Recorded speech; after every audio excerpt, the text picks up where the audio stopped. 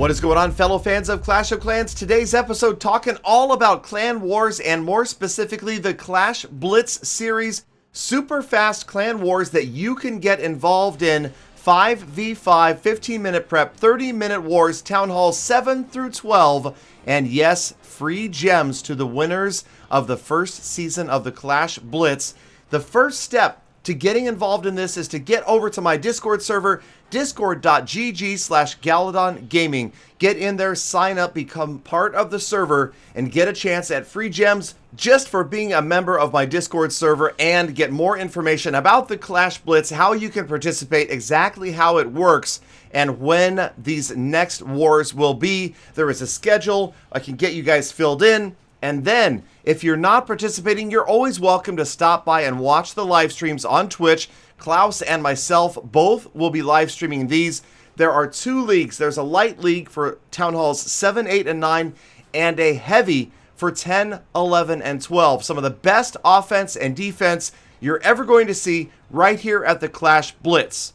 And today, we will go over some 10, 11, and 12 replays, but in the future, I will spend more time going in depth into the replays, talking about the strategy, the deployment of the troops, the deployment of the spells, kill squads, and that sort of thing. We'll actually try to interview some of these players, see what they're thinking, what they look for in a base when they attack it, all sorts of fun stuff going on. And at the end of the first season of the Clash Blitz, it is my understanding that Supercell will be handing out gems directly to the 10 winning players. So this will come all the way down to 2 teams of 5, one in light, again 7, 8, 9, one in heavy, 10, 11, 12, that will win the entire Clash Blitz Season 1. And again, I like it because it's super quick. I mean, you were done in 45 minutes and you're out of there. And it's also no dip, by the way. So you can scout, but you cannot drop. It does make things a little bit tough.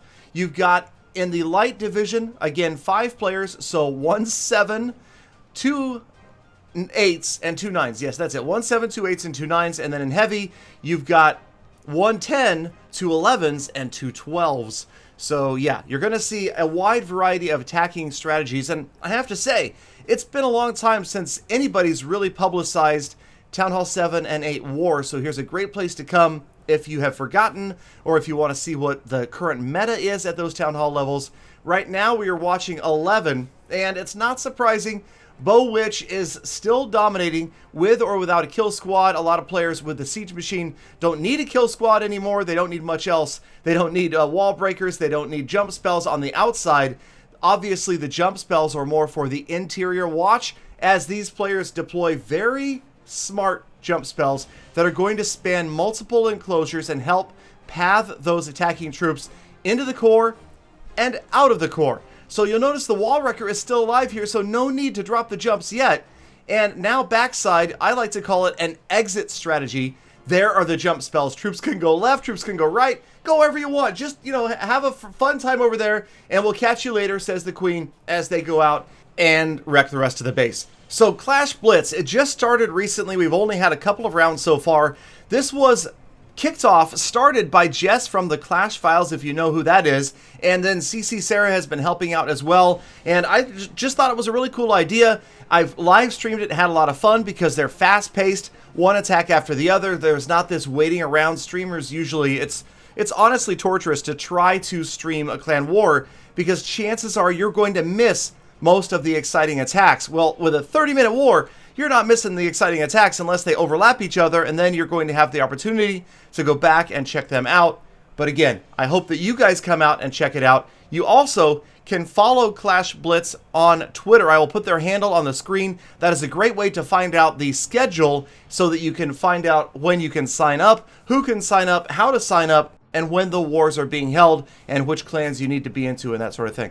I mean, trust me, I am using some of the Town Hall 12 bases for my own personal war base arsenal, because these guys, there actually was a base that kept showing up in some of these wars recently, and I will check that out in a future episode. We do have Town Hall 12 attacks coming up in today's episode, but I wanted to show 10, 11, and 12, so this would be from Champs Elite versus Clearly Confused, 5 versus 5, and again, this is the heavy division. And I got to tell you, I'm enjoying watching these attacks because you're seeing a variety. You know, you're seeing kill squads like this.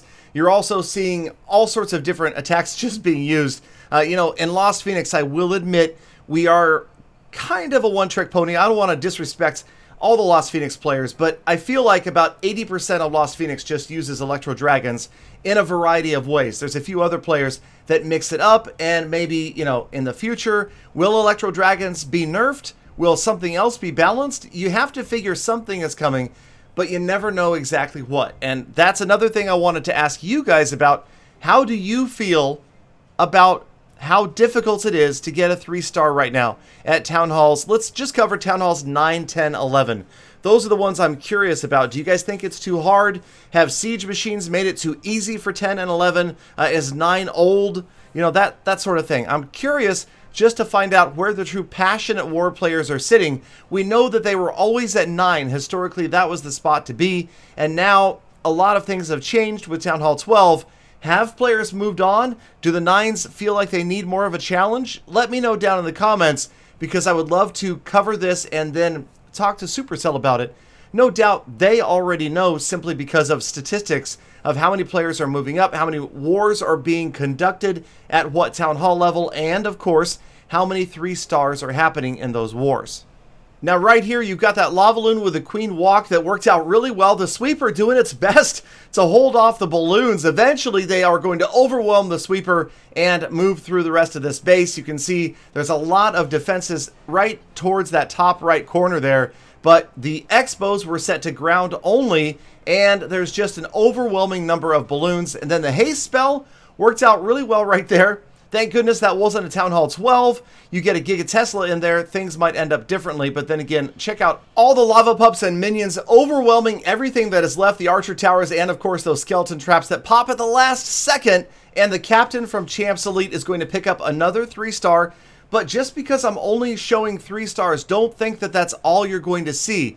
Obviously, there are some fails. These wars don't often end up as 15 versus 15. I would say maybe, you know, less than half the time, or about half the time, you will see a perfect war. Now we're moving up, and here we've got Kitty versus SSJ Gohan, and these are some Town Hall 12s. And of course, they are not using Electro Dragons, so that is exciting to watch. Something a little bit different than maybe what you're used to seeing on the channel. You've got that Wall Wrecker in there, which really changes the whole entry. Although Kitty did bring wall breakers that didn't do so well over there next to the bomb tower. So the Wall Wrecker Insurance Company is there to take care of the wall, even though the breakers couldn't get the job done. You'll also notice that Kitty's brought a jump spell to get into that core. But you've got a couple of defending dragons out of the clan castle. Not a lot left in the core. A lot of bowlers and a P.E.K.K.A down the right-hand side.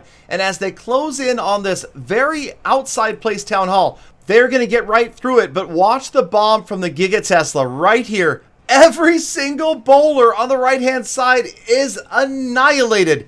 Absolutely obliterated, devastated, and incinerated. So is this attack, more or less. Obviously not going to be a 3-star, but again, like I said, Town Hall 12 these days, I would say the War 3s are relatively difficult. So that's why I'm asking about 9, 10, 11. Especially 10 and 11. I know that 9, for really proficient players, they can get their way through most any Town Hall 9 base, barring a major screw-up. But at 12, well, in this last week of wars, we didn't see any Town Hall 12 3-stars.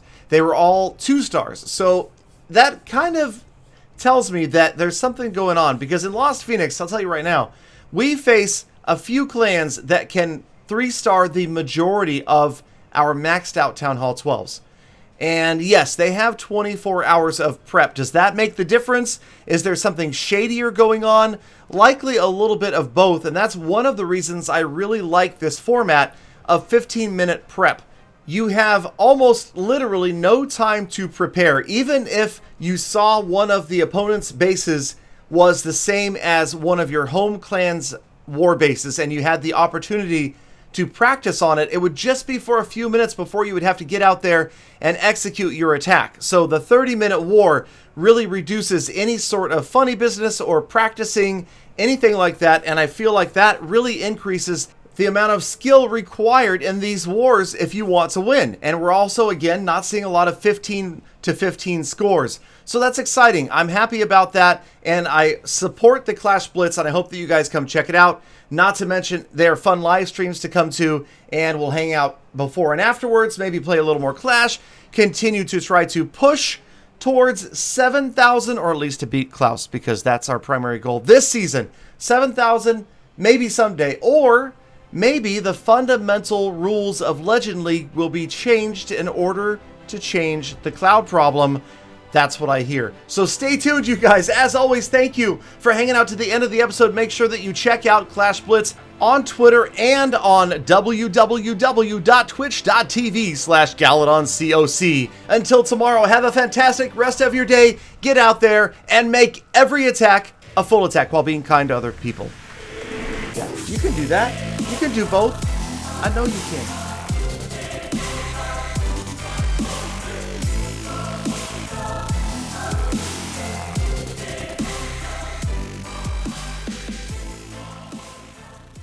Galadon, I can do both. I just don't know if I like to.